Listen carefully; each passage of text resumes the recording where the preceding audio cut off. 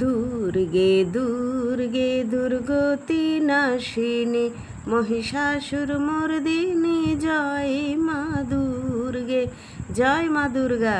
আর কিছুদিন পরেই মা আসছেন। মা নানা রূপে পুজো পান। জানেন আপনারা যে মা নানা রূপে নানা রকমভাবে মা পুজো নেন। মা তার ভক্তদের কাছে নানা রকম রূপ ধারণ করে আসেন। এই যে এখন আসছেন অম্বুবাচী রূপে।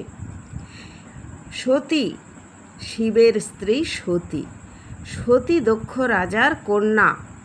সে ভাঙড় ভোলা শিবকে বিয়ে করেছিল, যার কোনো চাল চুলো নেই, ঘর নেই, গায়ে গহনা পরে থাকে না, সোনা রূপো হিরে মণি মুক্ত কিছু নেই। তার মাথায় দুটো বেলপাতা দিলে সে সন্তুষ্ট হয়ে যায়। তার নাম আশুতোষ, সে অল্পেই সন্তুষ্ট হয়ে যায়। তো সে এইরকম বরকেই পছন্দ করলো দক্ষ রাজার কন্যা সতী। তাকে বিবাহ করল মহাদেবকে, দেবাদিদেব মহাদেব। সমস্ত দেবতারা খুব আনন্দের সঙ্গে সতীর বিবাহ দিলেন। কিন্তু তার পিতা দক্ষ রাজা কিছুতেই পছন্দ করছেন না। এমত অবস্থায় তার কন্যা স্বামীর সঙ্গে হিমালয়েই বাস করছেন, নন্দী ভৃঙ্গি সবাই আছেন। কিন্তু তার পিতা তার কোনো খবর নেন না। কিন্তু কন্যা তো পিতা মাতার জন্য মন খারাপ হয়। তো একদিন সতী বলেছেন, আমি যাব আমার পিতার সঙ্গে সাক্ষাৎ করতে। পিতার তখন কোনো এক কারণে একটি যজ্ঞ চলছে, এবং সেই যজ্ঞ হচ্ছে শিবহীন যজ্ঞ, যে যজ্ঞে শিব থাকবে না। তার পিতা দক্ষের পিতা ব্রহ্মাদেব, তিনি পর্যন্ত বলেছিলেন যে শিবহীন যজ্ঞ হয় না পুত্র, তুমি শিবকে নিমন্ত্রণ করো, তুমি মহা অন্যায় করছো, এর শাস্তি কিন্তু তোমাকে পেতে হবে। আমি তোমার পিতা, আমি তোমাকে কিন্তু সৎ উপদেশ দিচ্ছি। বললেন, না পিতাশ্রী, আমি কিছুতেই ওই ভিখারিকে কিছুতেই আমার এই সভাতে আনবো না, শিবহীন যজ্ঞ করব আমি। সমস্ত দেবতাদের আমন্ত্রণ করে আনা হলো, কিন্তু শিবকে বলা হলো না। এদিকে সতী তার পিতার জন্য, মাতার জন্য, ভগিনীদের জন্য অত্যন্ত কষ্টে আছেন। তারপর তিনি বিনা নিমন্ত্রণেই চলে এসেছেন পিতার বাড়ি। তিনি যোগিনীর বেশে এসেছেন, তার গা ভর্তি গয়না নেই, না আছে পরনে দামি কোনো বেনারসি শাড়ি। সেই দেখে তার পিতা তাকে যথেচ্ছভাবে অপমান করলেন। তার স্বামীর নামে 4টি বদনাম করলেন। মেয়েরা সব পারে, স্বামীর নিন্দে সহ্য করতে পারে না। সতী সেইখানেই দেহ ত্যাগ করলেন।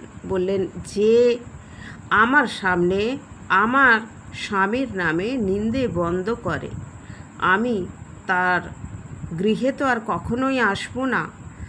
আমি আমার দেহটাই নষ্ট করে দিচ্ছি যে আমি তোমার কন্যা, এই পরিচয়েও আমি আর বাঁচতে চাই না। আমি জানি আমার স্বামী আমাকে অত্যন্ত ভালোবাসেন, কিন্তু তাও আমি দক্ষ রাজার কন্যায় পরিচয়েও থাকতে চাই না। আমি আমার এক্ষুনি শরীরকে বিনষ্ট করছি বলে তিনি অগ্নিদেবকে স্মরণ করলেন। তিনি ভস্ম হয়ে গেলেন। সেই মনোকষ্টে মনোদুঃখে যখন এই খবর পৌঁছালো শিবের কাছে, তিনি এসে তাণ্ডব নৃত্য করে দিলেন। তিনি তার ভূত প্রেত সমস্ত তার সঙ্গী সহচরদের নিয়ে এসে সেই দক্ষ রাজের যজ্ঞ লণ্ডভণ্ড করে দিলেন, সমস্ত পণ্ড করে দিলেন।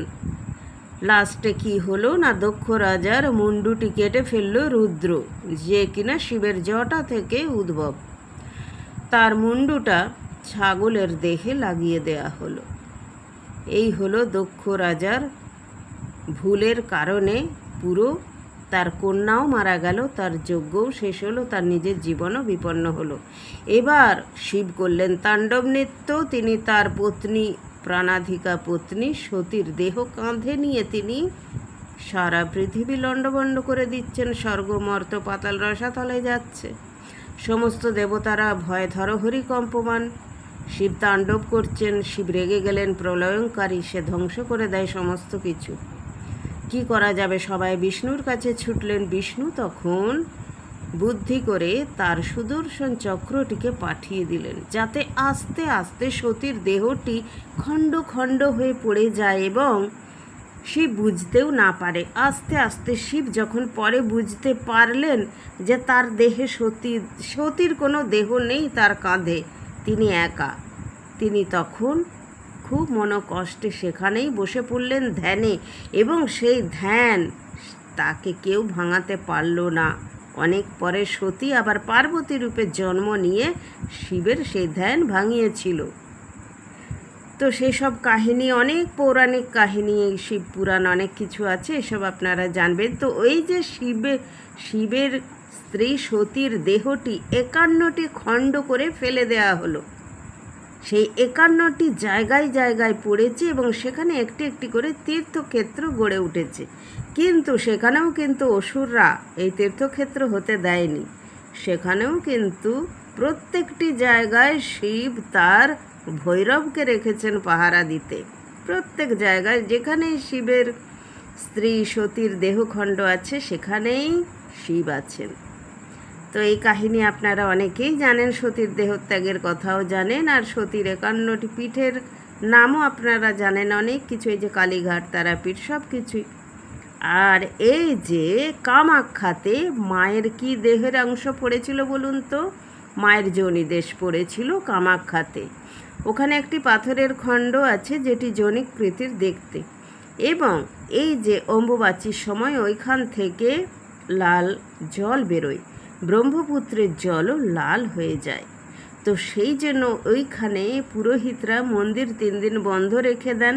মায়ের কোনো পুজো হয় না। না, পুজো হয় কীরকম, খুব হালকাভাবে পুজো হয়, দেবীকে স্পর্শ করা হয় না, শুধুমাত্র দেবীকে খুব অল্পভাবে পুজো দেওয়া হয়। ওখানে প্রচুর মেলা বসে, মেলাতে সবাই যান, এবং ওটা হলো তীর্থস্থান, এবং ওটা হলো সাধন ক্ষেত্র, তান্ত্রিকদের পরম সাধন ক্ষেত্র কামাখ্যা। তাই সবাই কামাখ্যায় যায়। আর মায়ের ওই যে নতুন কাপড় রেখে দেওয়া হয় মায়ের ওই জায়গায়, যেখানে মায়ের যোনি দেশ পড়েছিল, সেই জায়গাতে যখন বলে যে লাল হয়ে যায় সেই কাপড়টি, সেই কাপড়ের টুকরো সবাই যদি নিয়ে যায়, মাথায় করে বাড়িতে রেখে দেয়, যে কোনো রকম বিপদ থেকে তারা মুক্ত পায়। তো এটা কথিত। অনেকেই যান কামাখ্যাতে, মেলাও ঘুরে আসেন, মাকে দর্শন করে আসেন, কিন্তু পরে ওই সময় মায়ের মন্দির বন্ধ থাকে। তো এই হলো। তো যেহেতু আবার কিন্তু সবাই বলেন মা এই সময় রজস্বলা হন। আবার কি বলা হয় যে ধরিত্রী মা রজস্বলা হয় আষাঢ় মাসে। এই সময়ে মাটি খুব উর্বর হয়ে যায়, শস্য শ্যামলা হয়ে ওঠেন বসুন্ধরা। সেই জন্য এই সময় কোনো মাটি খোঁড়া, কোনো গাছ উপড়ে ফেলা, হঠাৎ করে নতুন গাছ রোপণ করা, কোনো শুভ কর্ম, লাঙল চালানো, হাল চালানো, এসব কিচ্ছু চলে না। ধরিত্রী মাতাকে 3 দিন বিশ্রাম দিতে হয়। চাষিরা চাষবাস করেন না, এই 3 দিন মাকে বিশ্রাম দেন। বিধবারা এই সময় ব্রত পালন করেন, অম্বুবাচী ব্রত পালন করেন। সেই সময় যদি কেউ, যে বিধবারা নিষ্ঠা ভরে এই ব্রত পালন করছে, তাদেরকে যদি আম, ফল, মিষ্টি, চিঁড়ে এই সমস্ত জিনিস দিতে পারেন, পরম পুণ্য লাভ করবেন। গরিবদের যদি দান করতে পারেন, পরম পুণ্য লাভ করবেন। যাদের বাড়িতে দেবী মূর্তি আছে, অনেকে তড়িঘড়ি করে মূর্তি ঢাকা দিয়ে দেন। না, ঢাকা না দিলেও চলবে। এইটা শুধুমাত্র কামাখ্যাতেই প্রযোজ্য, সমস্ত জায়গায় নয়। সমস্ত জায়গায় দেখেছেন তারাপীঠে অন্য কোনো জায়গায় মায়ের মূর্তি ঢেকে দেয় না। তাই ভুল করেও হুটপাট করে মায়ের মূর্তি না ঢেকে দিলেও চলবে। হ্যাঁ, মাকে স্পর্শ করতে নেই। এই 3 দিন দেবী মূর্তিকে স্পর্শ করতে নেই। মাকে খুব হালকা নিয়মে পুজো করতে হয়। মাকে নিশ্চয়ই খেতে দেবেন। তাহলে কি 3 দিন মন্দির বন্ধ থাকবে? মা খেতে পাবেন না? নিশ্চয়। এই সময় মাকে কোনো গরম খাবার দিতে নেই, মাকে ঠান্ডা খাবার দিতে হয়। মিষ্টি দেবেন, মাকে দুধ দেবেন, আম দেবেন, এবং পরিবারের সবাই এই আম দুধ খাবেন। তাহলে পরিবারের সবাই খুব ভালো থাকবেন মায়ের আশীর্বাদে। এই সময় চুল, নখ, দাড়ি কিছু কাটবেন না, কোনো শুভ কর্ম করবেন না, কোথাও ভ্রমণ করতে যাবেন না। এই নিয়ে বিস্তারিত আরও ভিডিও করব, সবাই পাশে থাকবেন। জয় মা কামাখ্যার জয় লিখতে ভুলবেন না। জয় মা জয়।